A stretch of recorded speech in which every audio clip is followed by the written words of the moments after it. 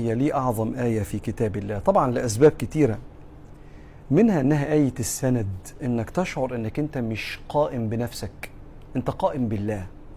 أمورك ومستقبلك ومواضيعك اللي أنت عايزها في يد المدبر اللي قائم بشؤونك، اللي من قيامه بشؤونك خلقك مسلم. ودايما ببقى عايز أفكر نفسي إن اللي اختار لي من غير أي إحسان مني ولا أي عمل أعمله، اختار لي أغلى ما عنده هو سيدنا محمد عليه الصلاة والسلام. لقد من الله على المؤمنين إذ بعث فيهم رسولا من أنفسهم يتلو عليهم آياته ويزكيهم ويعلمهم الكتاب والحكمة وإن كانوا من قبل لفي ضلال مبين.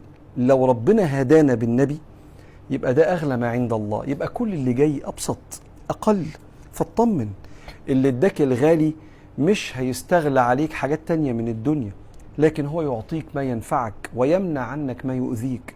فأنت محمول، ولقد كرمنا بني آدم وحملناهم في البر والبحر. أنت متشال في أكلك وشربك وصحتك ورزقك، أنت بس اسعى واعمل اللي عليك. حي قيوم لا تأخذه سنة ولا نوم. آية الكرسي أعظم آية في كتاب الله، اسمعها كذا مرة عشان تطمئن أنك محمول من الله سبحانه وتعالى ومعان من ملك الملوك.